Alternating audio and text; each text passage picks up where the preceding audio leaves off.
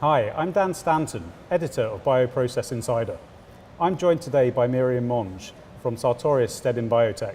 Miriam, Sartorius is obviously one of the largest single-use technology vendors, but I'm wondering if you can tell me what regulation issues still surround single-use technology. Thank you, Dan. Yes, I think what we see today is that single use is being increasingly implemented into commercial manufacturing processes, and as such is really a need to establish strong standards in the industry. And in fact, this is one of the themes of a new campaign that Sartorius is launching here at Bioprocess International, focusing on redefining the standards for single use in commercial manufacturing. So focusing on aspects such as biocompatibility, supply chain, integrity testing. All these things are incredibly important when you're thinking about single use in commercial manufacturing. I think in addition to this, what we're seeing is that there are many industry groups working on defining guidelines for implementation of single use. If you think about the BPOG with their technology roadmap, if you think about ISPE or the PDA, with their technology reports, all these groups are really trying to move forward to providing guidelines as the industry matures. But beyond guidelines, what's really needed is industry standards. And of course, there are certain organizations that are homologated to implement standards such as the ASTM, the ASME or the ICH, who are able to deliver harmonized global standards. And in fact, I was recently at an FDA workshop on continuous manufacturing where they were talking about a new ICH guideline that's being developed for continuous biomanufacturing. So I'd say we're moving forward with regards to regulatory implementation. There's some excellent guidelines now come out on an E&L, for example, extractables and leachables testing with the BPOG. There's a lot of work going on at the ASTM around defining standards for integrity testing, particulates, biocompatibility and so on. You mentioned BPOG and BPSA there as a couple of examples. Yes. Is Sartorius working directly with those groups? Sure, I actually chair a group, an internal group at Sartorius, which meets every quarter, where we discuss. We have a number of people at Sartorius involved in these different industry working groups, and so they provide feedback on the work of these different groups. We're involved in many of the BPOG working groups now, but that's been open to suppliers. Originally, BPOG was only for the end user community, but they understand now that there needs to be a link between end users and suppliers. We need to work together to define the future industry roadmap. So yes, we're very much involved also in the ASTM working groups. ICH, I think we want to get more involved there, and the FDA actually encourages suppliers to actively work with these industry standards organisations.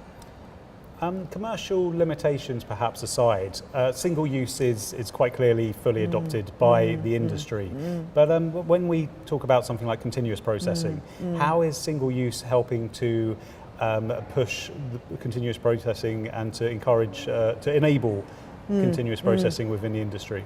I think we're not really there yet as far as continuous processing is concerned. I think we talk more about process intensification. So what we see is on the upstream, you have perfusion-based processes have existed for many years now, and in fact you see also the Amgen facility with their concentrated fed batch, that those facilities have heavy implementation of single use in the facilities, but you can't say that it's true continuous. It's more something of a hybrid approach where you are implementing the available technologies today. They're working to connect as many unit operations together as they can and eliminate waste, so eliminate intermediate hold steps, but there's still a way to go before you get a true flow through continuous manufacturing process like the vision that you've seen with Konstantin Konstantinov when he was at Sanofi Genzyme in Framingham. Interestingly then, Sanofi Genzyme, they will be bringing out the first, I would say, semi-continuous manufacturing process in 2019 at Sanofi Framingham for Fabrazyme, and that will be the first commercial GMP perfusion-based process there. Obviously Amgen is the concentrated fed batch CXD technology. So industry is definitely taking strides towards fully continuous. I think clearly what we see is that there's a need for process optimization, the ability to push more product through the facility, to which inevitably then reduces cost. Process intensification enables strong cost reduction, facility footprint reduction has already been demonstrated by the Amgen facility. So as there's a drive to bring costs down, with biosimilars now arriving on the market, there will inevitably be more and more pressure to bring costs down, and so obviously continuous manufacturing will enable that cost reduction that the industry is looking for. And of course there's also the question about how can we make biologics more affordable so that they're available to a wider percentage of the world's population, and if we can achieve that through higher volume, lower cost, then that's an interesting possibility. But there's still a lot of work to be done to achieve true continuous manufacturing, particularly on the downstream. There are many gaps in the technology offering, I would say, on the downstream. Again, now the FDA is very much, pushing the end users and suppliers to work on this together, and that was the aim of the recent FDA-sponsored workshop on continuous manufacturing. Was how can we make this happen faster? Why is it not happening faster? Because this can enable higher product quality, the lower cost, and really open up the affordability of biologics. Interestingly, they were talking about continuous manufacturing not only for mAbs but also for vaccines. So the BARDA was also part of this workshop, and they were saying, with continuous manufacturing we can achieve that lower cost vaccine manufacturing.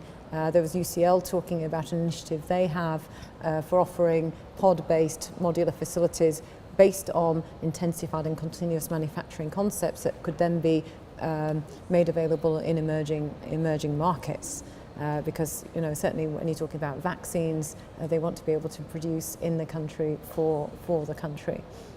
So as you said, there are plenty of enabling technologies helping to push continuous processing, but you also mentioned the regulators really pushing for this technology. Yes, yeah. With all this in mind, do you envisage any time when we can actually have a fully continuous process for the manufacturing of biologics? I'm sure it will happen sometime. You can look at other industries like the car industry, the fine chemical, the food industry. They already have some of this continuous manufacturing. It's all a question of how fast the technology breakthroughs are achieved. As I said, we're already very much in the process intensification phase, and it's hard to predict exactly how far off that is, but it's certainly for fully continuous manufacturing with all the available online analytics and so on, for 5 to 10 years. It's hard to give a precise prediction. And I guess, Miriam, my final question is, how is Sartorius spearheading the push for continuous processing? Well, that's a question you can put to the tech specialist in my team, Gerben Zylstra, can give you a lot more information on what we're doing in terms of the implementation of the platform. Obviously, we've recently announced the collaboration with Repligen.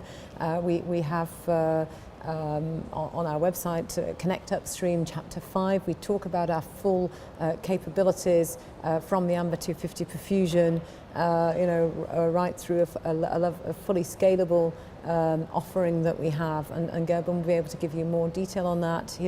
He and our downstream specialist will also be presenting on our platform capabilities tomorrow at BPI in the recovery and purification track. Miriam, have a fantastic rest of the show, and thank you very much.